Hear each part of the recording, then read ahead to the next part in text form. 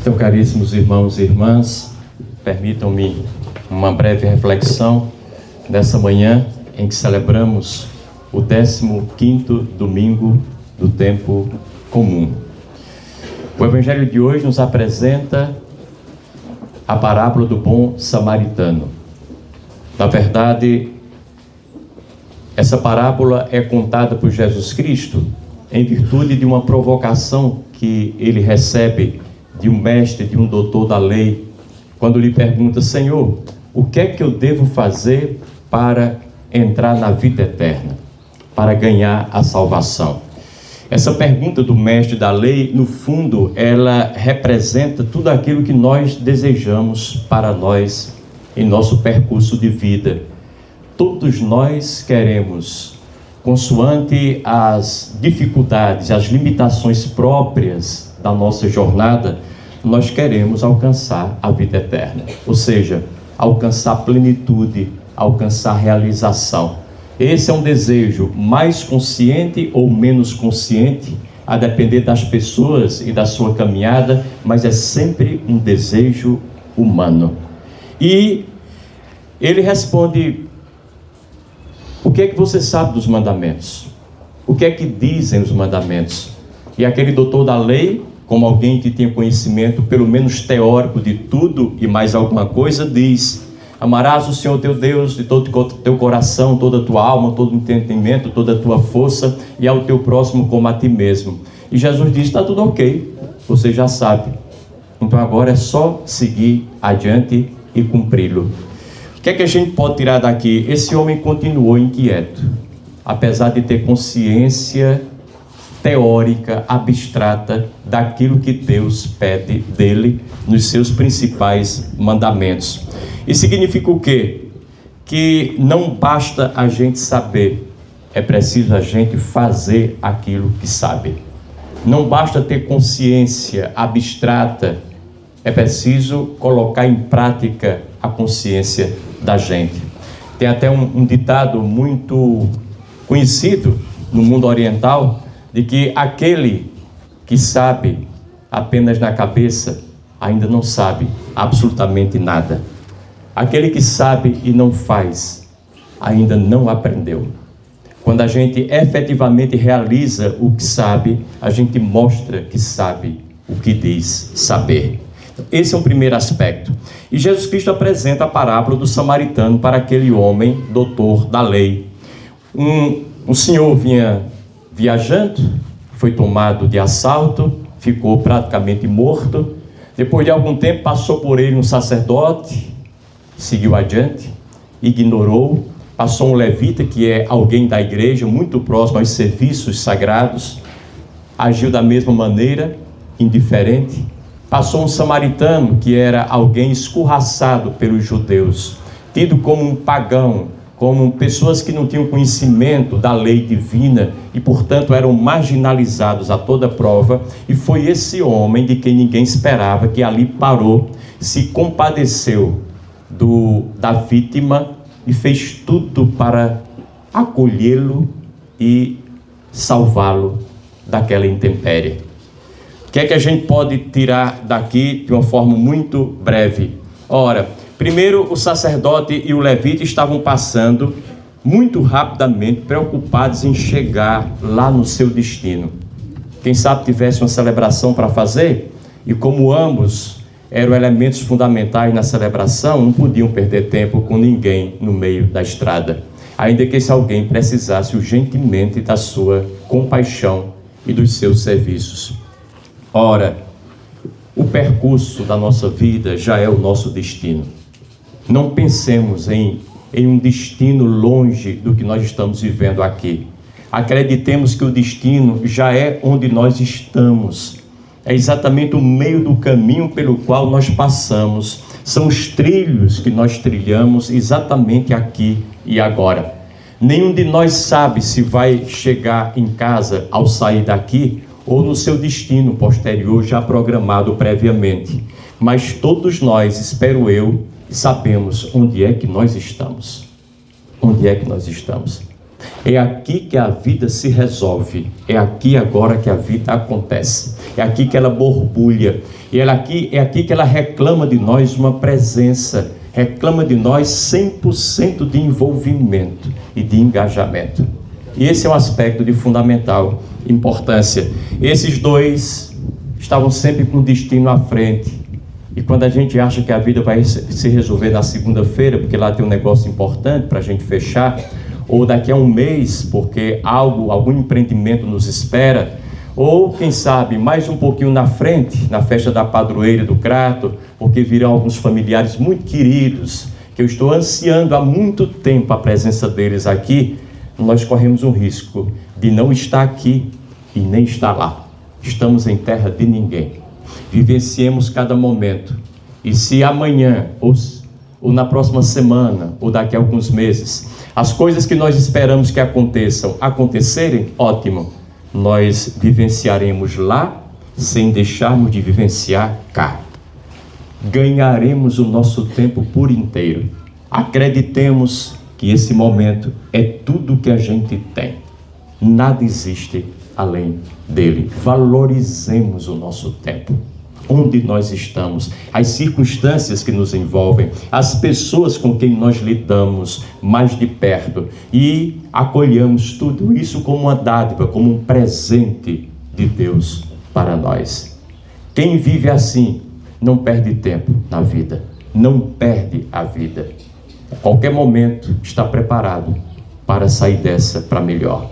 Por quê? Porque a preparação se dá na vivência íntegra, cotidiana, de tudo aquilo que nos espera à frente. Aliás, não há nenhum lugar para onde ir, porque tudo está aqui. Tudo na nossa vida está aqui. Fiquemos aqui. Quando nós sairmos daqui, aí tudo da nossa vida vai estar onde nós chegarmos. Mas nós não saímos ainda e não chegamos ainda. Ainda estamos aqui. Valorizemos, mais uma vez, repito, esse tempo salutar. Depois, o Evangelho diz que o samaritano, ao contrário do sacerdote levita, quando passou por aquele moribundo, chegou perto dele para vê-lo, aproximou-se dele. Só se vê direito uma realidade quando a gente se aproxima dela. Só se conhece bem uma pessoa quando a gente fica mais perto dela. De longe a gente tem uma penumbra, uma ficção. A gente usa muito mais a imaginação do que propriamente a concepção que vem propriamente da realidade. É preciso que a gente ouse se aproximar das pessoas e das suas realidades. Aliás, o lugar de onde a gente olha para as coisas e para as pessoas faz a diferença.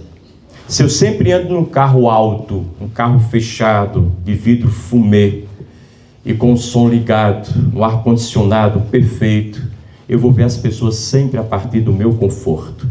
A minha visão é uma. Se eu ando num carro mais simples, e às vezes até ouso baixar os vidros para olhar as pessoas mais de perto e andar mais devagar, a minha percepção da realidade em volta é outra.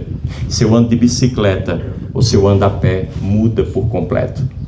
O lugar de onde a gente olha para o mundo e para as pessoas faz a diferença naquilo que a gente percebe do mundo e das pessoas para quem a gente olha. E é preciso, de vez em quando, não é proibido andar no carro bonito, bom e alto e confortável, mas de vez em quando poder andar a pé e olhar as pessoas no lugar onde elas estão, no mesmo nível em que elas passam por nós, nem acima nem abaixo, igualmente, porque nós só podemos ser irmãos se ousamos estar em posições iguais. Numa posição onde alguém está acima e alguém está abaixo, a relação não é de irmandade, é de um superior e de um inferior.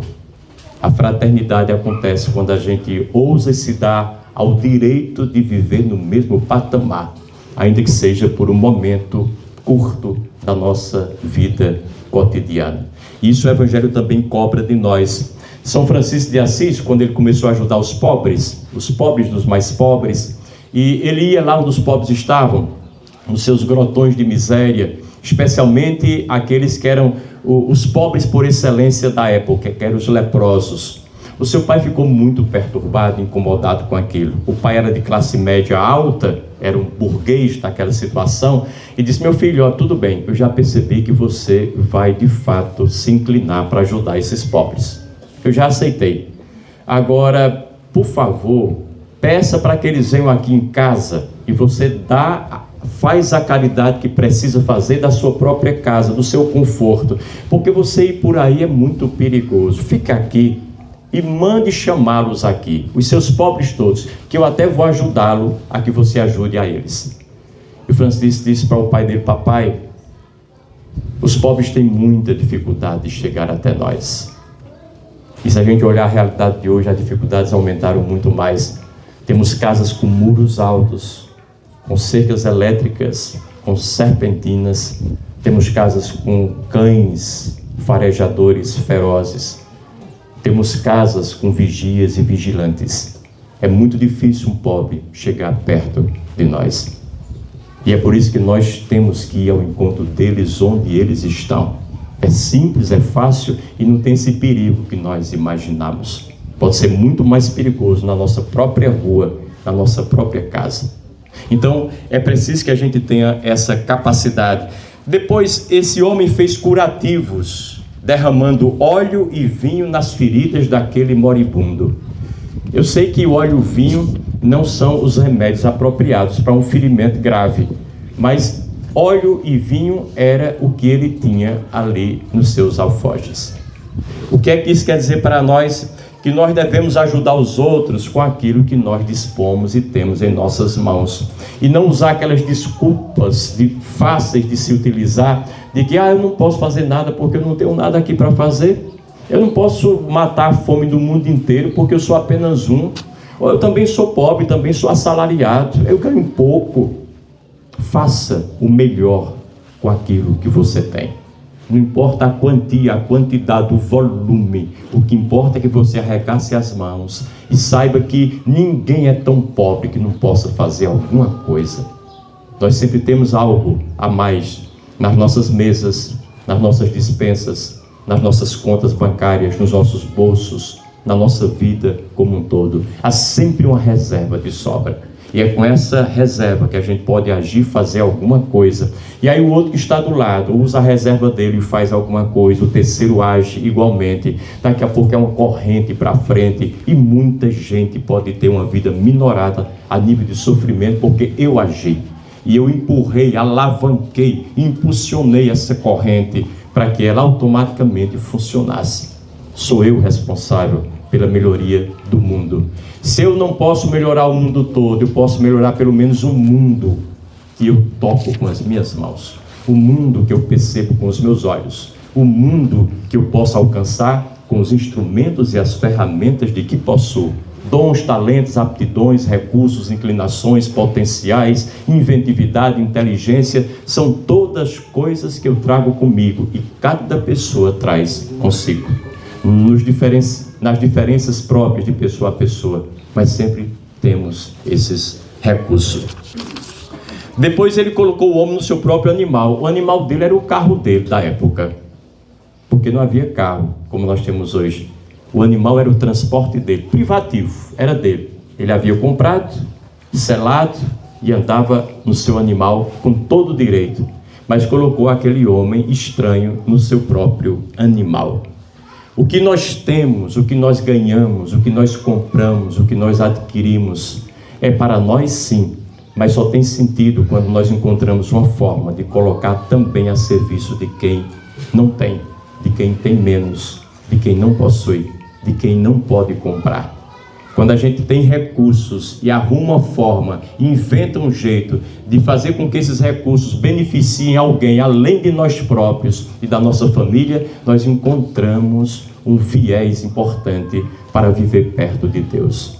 E é isso que Deus quer de nós. Não é pecado que alguém tenha o que tem, que alguém compre o que queira e precise comprar, que alguém possua algum recurso material. Não é pecado.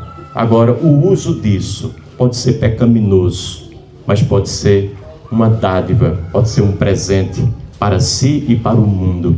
Pode ser a maneira que você encontrou para chegar mais perto de Deus, chegando mais perto das pessoas que precisam de você. E sempre foi assim, sempre será assim. Infeliz de uma pessoa que vive só para si. Vai chegar um tempo, e esse tempo chega mesmo, indubitavelmente, em que ele vai poder olhar para trás, quem sabe já cansado, velho, mais perto de morrer, e não vai gostar da vida que viveu. Ainda que tenha sido uma vida de muito luxo, de muito excesso, de muito prazer e satisfação, não vai gostar, porque a vida é muito mais do que isso.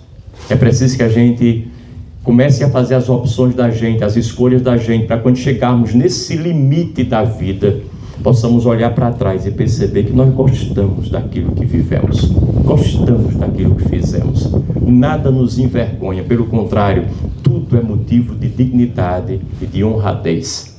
Tomara a Deus que seja assim. E aquele homem diz, deu 2 moedas de prata ao dono da hospedaria para cuidar daquele pobre moribundo e diz, quando eu voltar, eu pagarei aquilo que falta. Deu 2 moedas de prata. O nosso bolso é a prova dos 9 da nossa fé. Dizem que o bolso é o órgão mais sensível do ser humano.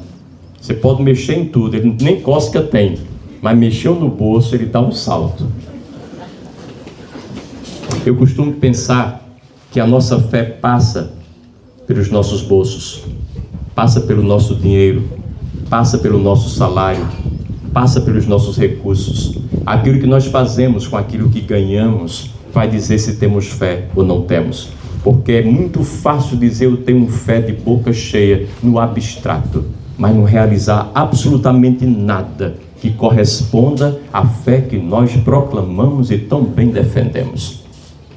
O dinheiro que a gente ganha não é da gente. Nada nesse mundo é da gente, passa por a gente, chega na gente, mas tem que ter uma finalidade, um propósito maior do que a gente, e às vezes os propósitos mesquinhos, os objetivos e as metas mesquinhas, muito pessoais e pequenininhas, que cada um conserva na sua individualidade.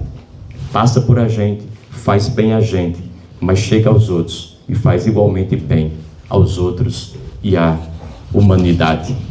Eu queria resumir as lições desse evangelho de hoje dizendo 2 ou 3 coisas. Primeiro, o sacerdote e o levita são pessoas da igreja, deveriam naturalmente cuidar daquele ferido que está no meio da estrada caído, mas eles não fazem, optam por ignorá-lo. O samaritano, por sua vez, é hostilizado, marginalizado pelos judeus, e é exatamente esse homem que tem compaixão e cuida daquele que está ferido, necessitado no meio do caminho. Muitas vezes, e eu peço desculpas para dizer isso, mas muitas vezes as pessoas de dentro da igreja são as piores pessoas, e por uma razão muito simples, porque poderiam ser as melhores, tem tudo para ser as melhores. Participam da igreja, ouvem o evangelho, ouvem a explicação, refletem, rezam juntos, têm todos os instrumentos nas mãos para crescerem e não crescem, e não mudam, e não fazem diferente. É claro que há exceções, e boas exceções, mas em geral a gente tem que ter cuidado para não fazer parte desse rol das pessoas que se habituaram a vir para a igreja, e somente isso. A igreja não diz nada para elas, não há nenhuma modificação prevista na vida delas ao longo do seu tempo. As mensagens entram do ouvido e saem de outro, e na verdade às vezes até gostam do que escutam, mas apenas gostam, apreciam teoricamente e nada mais. É por isso que eu não me iludo muito com gente que vem muito para a igreja, nunca me iludi, e é por isso que eu me encanto um bocado com gente boa que não vem à igreja. Me encanta e me interessa um bocado aquelas pessoas que não ouviram nada, não têm nem fé, pelo menos dizem não ter, consideram-se ateus, ainda que meu pai dizia que não tem mais ateu, no máximo tem à toa, mas o fato é que são pessoas de longe, de fora, e quando a gente conversa e lida com elas, são impecáveis, delicadas, educadas, finas, justas, equânimes na relação com todas as pessoas e com o mundo. Essas não receberam nada e têm tudo. A igreja não faz parte delas, mas elas trazem Deus dentro delas. E esse é um dado importante. Lembrem-se que o Dalai Lama dizia que a melhor religião é aquela que faz de você uma pessoa melhor. A pergunta é: a minha religião, a minha participação na igreja tem feito de mim uma pessoa melhor ou não? Se a resposta for não, a sua religião e a sua igreja não tem valido de nada, absolutamente.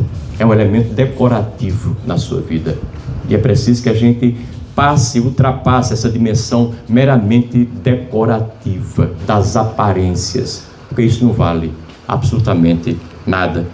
Me lembro quando eu estava em Portugal, certa feita num almoço, uns almoços com muita gente, depois de uma festa lá de um santo, e havia uma pessoa que não me conhecia de lugar nenhum, estava ali à minha frente, numa das mesas, e ela falava bastante.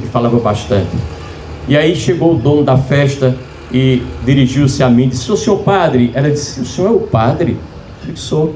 "Ô padre, me desculpa, pelo amor de Deus, me perdoe." Eu digo: "Eu tenho alguma coisa para perdoar a senhora?" "Tem, porque eu falei tanto aqui sem saber que o senhor era o padre. Eu falei tanta coisa." Eu disse: "Não se preocupe." E ela continuou para se justificar ainda mais: "Padre, olha, eu sou católica, mas vou dizer ao senhor com muita clareza, eu sou católica, mas não sou muito de ir à igreja." Isso ainda é como eu também vou pouco lá. Eu só vou quando é necessário. A igreja não foi feita para a gente ficar enfiado nela o dia inteiro, todos os dias da semana, a não ser aqueles que têm serviço para prestar lá. Isso é outra coisa, mas não foi feito.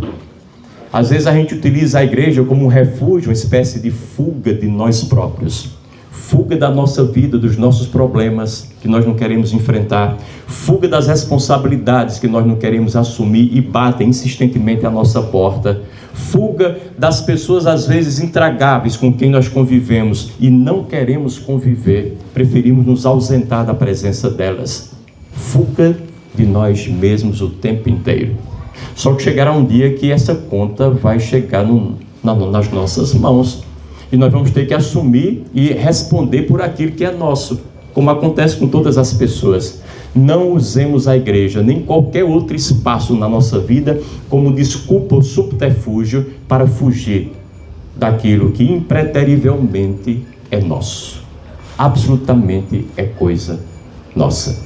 Vivamos essa experiência de forma muito correta, muito justa, a enfrentar tudo como de fato devemos. Depois, segunda coisa, o Evangelho nos ensina que a verdadeira proximidade com Deus não é definida pela prática religiosa, e sim pela capacidade concreta de amar ativamente as pessoas, sem preconceitos e sem exclusões. Foi isso que fez o samaritano. Foi isso que fez o samaritano. Isso quer dizer que nós precisamos ampliar as nossas referências de vida na relação com as pessoas e com o próprio Deus. A referência não pode ser mais estritamente a religião ou a igreja, mas a espiritualidade, a fé, o nosso comportamento, o nosso compromisso sincero e real com a verdade e com os valores do reino. Isso é uma referência muito maior do que a igreja a qual nós pertencemos. Nessa perspectiva, os nossos maiores pecados muitas vezes não são aqueles que a gente pensa que são pecados. A maior parte das pessoas que procuram o padre para se confessar vão dizer coisinhas da sua vida íntima. "Ah, padre, eu pensei mal, pensamento me escapou, eu não queria pensar assim, eu feri a Deus com esse meu pensamento. Ah, padre, eu disse uma palavra para fulano, até hoje essa palavra, eu sei que maltratei aquela pessoa." Nossos pecados se reduzem a uma dimensão de fórum íntimo, intimista e moralista, infelizmente. Eu digo a vocês como padre, sem nenhum medo de dizer uma heresia, que Deus não quer saber de nada desses pecados pessoais. Você tem que saber deles. São coisas suas que você vai ter que resolver, porque está ali atrapalhando, está ali incomodando, está atrapalhando seu próximo, com quem você convive, está dificultando a vida das pessoas ao seu redor. Então, mais cedo ou mais tarde, você vai ter que prestar contas disso consigo próprio e arrumar sua vida, arranjar sua vida, melhorá-la, dignificá-la.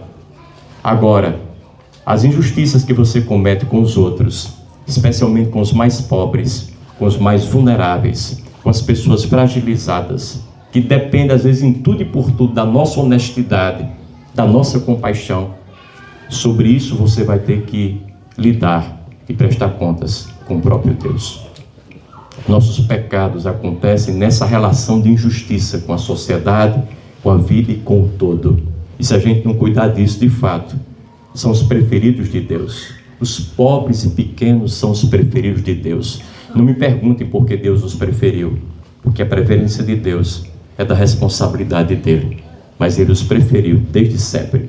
O Antigo Testamento, a lei, a profecia, a sabedoria. O Novo Testamento com Jesus Cristo. Depois, os primeiros discípulos e cristãos. Todos os santos da igreja, desde o princípio até aqui, todos eles confirmaram a opção pelos mais pobres e mais fracos. Se eu caminhar em outra linha, contra a corrente, espere naturalmente as pancadas da corrente.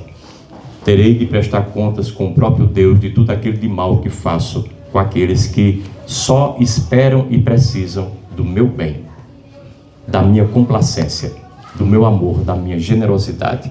Precisam urgentemente disso. E o último aspecto, eu já disse isso para vocês uma vez e repito agora. Aquele homem disse sobre os mandamentos de Deus. O primeiro, amar a Deus sobre todas as coisas. O segundo, amar o próximo como a si mesmo. Só que ele não amava o próximo, ainda que soubesse do amor a Deus e da necessidade de amor ao próximo. Amor ao próximo é mais importante do que amor a Deus. Eu repito, amar o próximo é mais importante do que amar a Deus. Por quê? Porque é a única forma que a gente tem nas mãos de traduzir o amor a Deus é amando o próximo. São João dizia, quem diz que ama a Deus que não vê e não ama o seu irmão que vê é um mentiroso.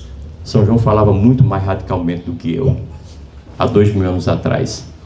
Se você ama supostamente a Deus, ou a uma ideia de Deus, uma abstração, um conceito que você tem de Deus na sua cabeça, você pode muito bem, se tem 2 bananas em suas mãos, andar pelas ruas, encontrar pessoas pedindo alguma coisa para comer, e você segue tranquilo e calmo, com a consciência mais limpa do mundo para a sua casa, e lá come as suas 2 bananas sozinho, porque você ama a Deus no abstrato.